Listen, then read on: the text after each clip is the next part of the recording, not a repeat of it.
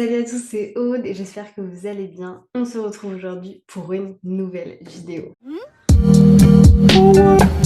Alors aujourd'hui, vidéo un petit peu particulière, mi-chill, je vous montre certains trucs, etc. Très concrètement, j'avais envie de vous montrer comment est-ce que je fais ma création de contenu. Donc bien évidemment, je suis sur YouTube, je pense que ça vous l'avez bien compris, mais je suis également sur Instagram.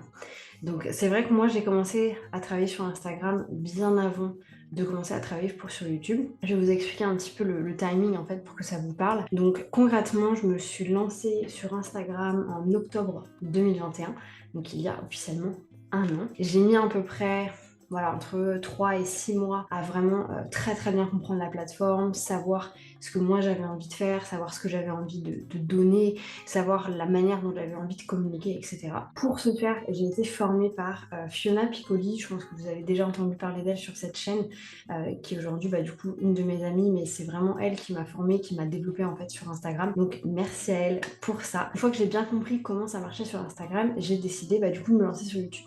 Et c'est vrai que je vais pas vous cacher que la création de contenu Instagram et la création de contenu YouTube, ça n'a absolument rien à voir. Je passe beaucoup plus de temps à faire de la création sur YouTube qu'à faire de la création sur Instagram. J'ai quelques petites questions qui m'ont été posées lors de la dernière FAQ que j'avais fait, donc j'y ai pas répondu, je vais y répondre maintenant.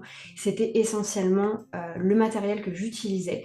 Alors j'ai répondu à tout ça dans cette vidéo, donc n'hésitez pas à aller la voir. J'explique tout le matos que j'ai pu avoir et que j'ai aujourd'hui pour filmer toutes mes vidéos, que ce soit des vidéos comme celle-ci ou que ce soit des vidéos un peu plus chill où j'utilise uniquement ma caméra. Et on m'a aussi demandé comment est-ce que j'avais fait concrètement pour développer autant mon YouTube. Alors je pars du principe que mon YouTube n'est pas non plus développé de ouf, mais c'est vrai que j'ai eu la capacité de sortir quasiment 2 vidéos par semaine depuis le début. Donc aujourd'hui, je vais vous montrer comment est-ce que je crée du contenu sur Instagram et comment est-ce que je crée du contenu sur YouTube.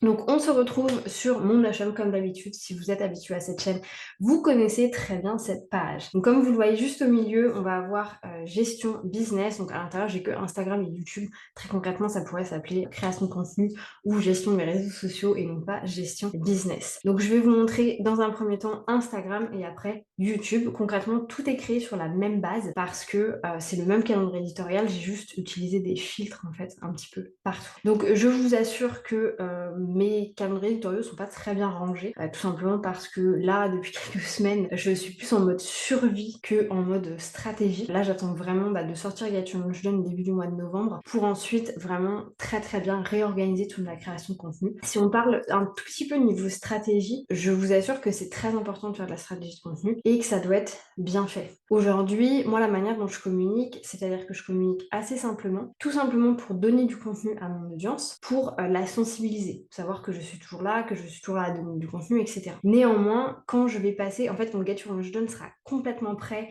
la page de vente, les automations, l'espacement, tout ça.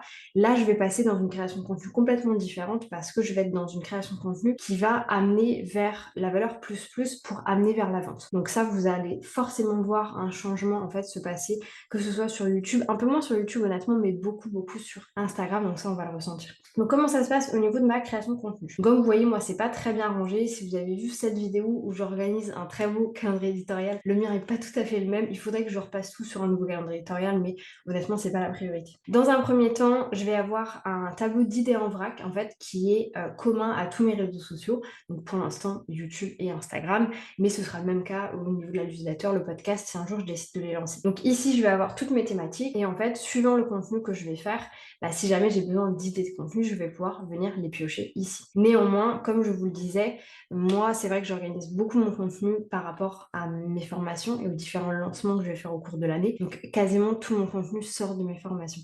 C'est pour ça que on a eu tendance à me dire que je donnais beaucoup, que je faisais des posts de full valeur, mais tout simplement parce qu'en fait ça sort de mes formations. Donc ici on a les idées en vrac du coup des posts. Juste en dessous on va avoir les idées en vrac et des stories. Donc là je crois que j'ai pas grand chose. Concrètement en fait c'est juste pour avoir de la stratégie par rapport à mes stories. Du coup ça c'est un truc sur lequel je vais beaucoup travailler quand je vais relancer Get Your Launch Done, où j'aurai vraiment une stratégie bien spécifique pour mes posts, mais aussi une stratégie bien spécifique pour mes idées de story. Donc ça c'était pour les idées en vrac story. Ensuite j'ai une boîte à outils. Donc boîte à outils qui m'a m'a été créé par Maxime, avec qui je travaille. Donc dans un premier temps, ici, on va avoir tous mes piliers de contenu par rapport à mes thématiques, mon expertise, qui vont être du coup un petit peu détaillées. Là, vous n'avez pas la vraie mind map finale, tout simplement parce qu'en fait, elle est beaucoup plus grosse et que ça prendrait trop de place sur Notion, donc j'ai décidé de pas forcément la mettre sur Notion. Ici, du coup, au niveau de ma boîte à outils, je vais avoir des caching sentences. En gros, voilà, c'est un peu comme les call to action, donc j'ai aussi des call to action. Ici, j'ai des idées thématiques, des idées de titres, des reels, des rushs de reels. Ensuite, ici, j'ai mon tableau avec tous mes hashtags, en fait, à l'intérieur, à leurs différentes portées, etc. Vous savez, avec si c'est de 0 à 20, de 20 à 30. Et ensuite, j'ai le check 2200. Donc ça, c'est tout simplement pour éviter que mes posts soient trop longs, pour avoir les 2200 caractères. Donc ça, c'était pour la boîte à outils. Ensuite, ici, on va avoir un peu le concept qu'on fait au niveau des posts. Donc le lundi, c'est un post axé formation, donc ça sort de mes formations. Le mardi, donc j'ai une vidéo YouTube qui sort un peu plus chill. Bon, aujourd'hui, c'est pas forcément très chill, mais vous avez compris le concept. Le mercredi, on fait un Reels éducatif. Le jeudi, on fait un post soit tuto, soit un petit peu fun. Donc j'ai décidé de faire un concept très particulier pour le jeudi avec une identité visuelle à proprement parler. J'aime beaucoup le concept. Et le vendredi, on avait tendance à faire un Reels à esthétique fun et il y a aussi une vidéo YouTube qui sort. Donc ça, c'est le principe de base. Cette semaine, par exemple, ça s'est pas du tout passé comme ça. J'ai posté une seule fois, mais c'est absolument pas grave. Mais en gros, c'est vraiment la manière dont moi je veux poster au quotidien. Et encore une fois, c'est les posts. C'est pas les stories, c'est vraiment uniquement les posts. Et ensuite, bah, tout simplement, je vais avoir mon calendrier éditorial. Donc si vous n'avez pas vu cette vidéo, c'est exactement le même que j'utilise. La seule différence, c'est que moi, j'ai rajouté des choses en plus. Par exemple, là, je sais que bah, le lundi, c'est un post éducatif, le mercredi, c'est un Reels éducatif, etc. Et comme je travaille avec quelqu'un qui bosse avec moi, quand on valide ici le petit check, ça veut dire que le post est prêt à être publié, que moi, du coup, je peux aller checker ce qui a été fait et valider en fait par-dessus. Donc là, j'ai vraiment tous les posts qui ont pu sortir sur le mois d'octobre. Donc comme vous pouvil le voir, là, on est cette semaine, il n'y a absolument rien qui est sorti. Donc il faut absolument que je travaille dessus ce week-end. Donc ça, c'est vraiment tout ce qui va être stratégique. Maintenant, si on parle de passage à l'action. C'est très concret. Moi, je me mets en fait des créneaux toutes les 2 semaines pour faire du contenu. Donc, que ce soit moi qui le fasse, c'est-à-dire que d'abord, je vais faire les descriptions, ensuite, je fais les visuels ou je fais les reels et la couverture, et après, les hashtags, ou alors que ce soit quelqu'un d'autre qui le fasse pour moi, parce que ça arrive aussi que du coup, Maxime m'aide à travailler sur ce genre de choses. Ça, c'est vraiment la partie stratégique. Donc, le passage à l'action, toutes les 2 semaines, je vais mettre un créneau pour le faire. Là, par exemple, si on va sur mon Google Agenda, vous pouvez voir que j'ai le créneau du coup dimanche après-midi où je vais bosser sur ma création de contenu. Donc très souvent je me mets des gros moments parce que en fait je me mets dans un état d'esprit créatif. C'est vrai que moi je suis pas du tout quelqu'un de... Comment expliquer ça? C'est pas que je suis pas quelqu'un d'inspiré ou quoi que ce soit, c'est que en fait j'ai de grosses facilités à pirater mon cerveau et à me dire là où en fait il faut que tu te mettes en mode créatif. Donc on y va, c'est parti, on se met en mode créatif. En fait c'est pour ça que j'organise beaucoup ma semaine. Bon là vous voyez ma semaine c'est un peu le bordel hein. Mais c'est pour ça que j'organise beaucoup ma semaine pour aussi préparer mon cerveau. En fait, tout ça, c'est du piratage. Tout ça, c'est du mindset. Donc là, je sais que dimanche après-midi, il faut que je sois en mode création de contenu. Donc ça, c'était pour la partie Instagram. Donc là, très concrètement, qu'est-ce qui va se passer? Dimanche, je vais valider tout le calendrier éditorial du mois de novembre.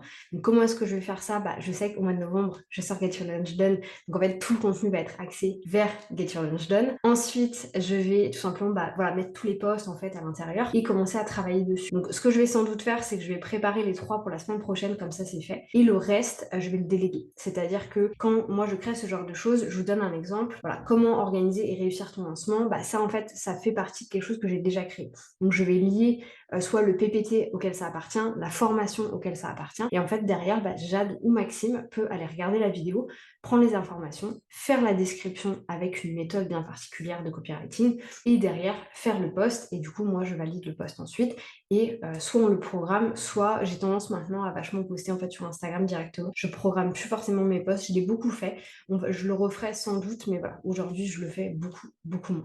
Donc si je vous récapitule tout ce que je viens de vous dire. Dans un premier temps, j'ai mis idées en vrac. Je viens mettre toutes mes idées de contenu quand ça me passe par la tête, quand je suis en train de regarder des vidéos, quand je vois des posts. Voilà, je ne copie pas, encore une fois, je m'inspire. Ne copiez jamais, inspirez-vous de ce que font les autres. Tout existe déjà. Il suffit simplement de prendre votre expertise et de le communiquer à votre manière. Ensuite, étape numéro 2, 2 fois par mois, du coup, je crée le calendrier éditorial pour les 2, 3 ou 4 prochaines semaines avec toutes les idées de contenu. Quand je crée ce calendrier éditorial, je vais lier les idées de contenu soit à mes formations, soit à des posts que j'ai déjà faits, soit à une vidéo YouTube, soit peu importe la ressource dont ça vient. Ensuite, je vais soit par moi-même créer les descriptions et les visuels, ou alors je vais le déléguer à quelqu'un de mon équipe.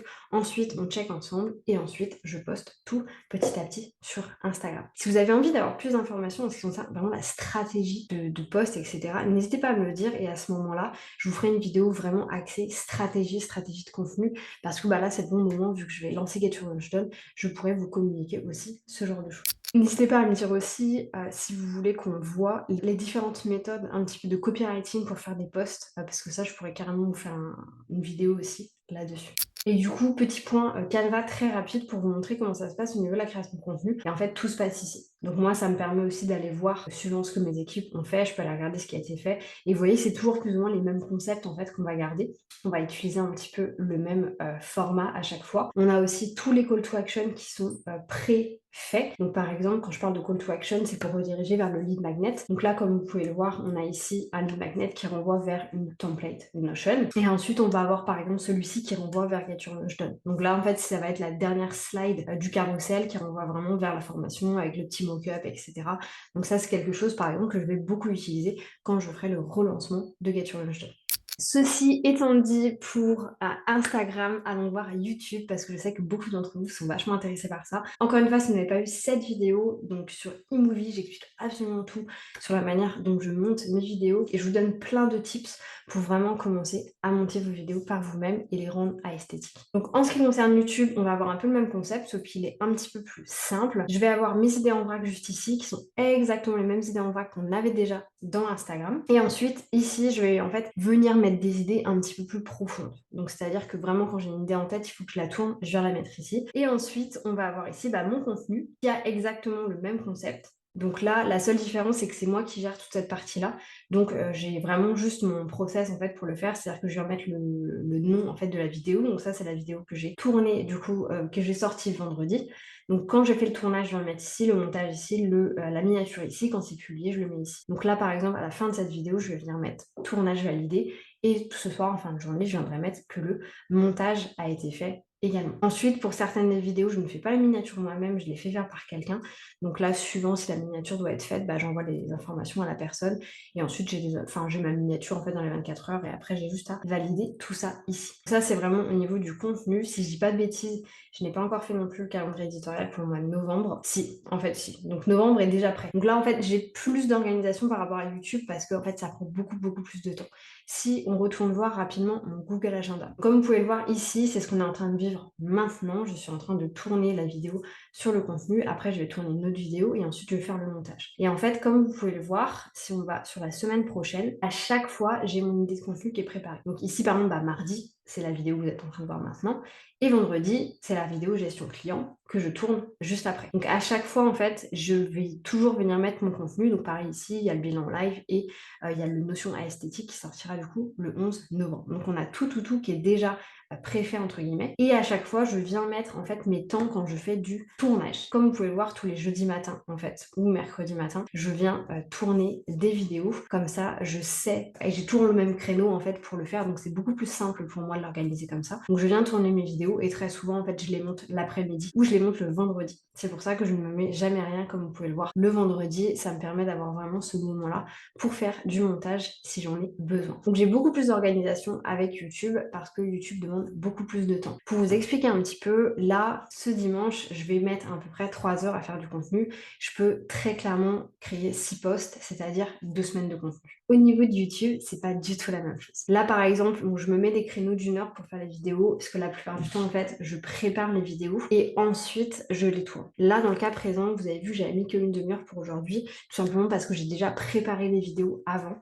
D'ailleurs, si on retourne vraiment dans mon Google Agenda, voilà, on voit qu'ici, mercredi matin, du coup, j'ai préparé les vidéos YouTube directement parce que j'ai eu un décalage en fait par rapport à ma semaine, j'ai pas pu tourner pendant la semaine. Donc là, je vais vraiment venir filmer les vidéos. À chaque fois, ça me prend entre une demi-heure et 1 heure par vidéo. Ensuite, au niveau du montage, par vidéo, il y a à peu près entre 2 et 4 heures, je dirais, de montage. Plus ensuite, créer la miniature, c'est moi qui le fais. Poster la vidéo, ça prend du temps aussi, hein, faut pas croire. Parce que poster la vidéo, ça veut dire trouver le titre, faire la description, mettre les tags, rajouter la miniature, vérifier que tout se passe bien, etc. Donc c'est un process, en fait, pour une vidéo, je passe quasiment, je pense, ouais, 6 heures dessus à peu près. Donc imaginez pour vous qui consommez des vidéos qui font entre 10 et 25 minutes, il y a 6 heures de travail derrière. Donc c'est énorme.